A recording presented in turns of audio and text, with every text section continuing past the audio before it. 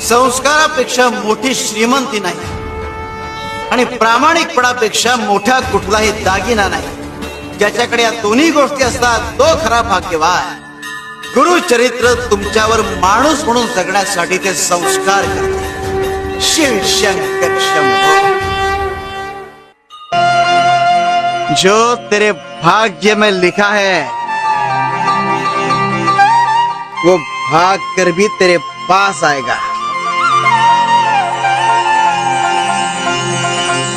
और जो भाग्य में नहीं लिखा है वो आकर भी भाग जाएगा।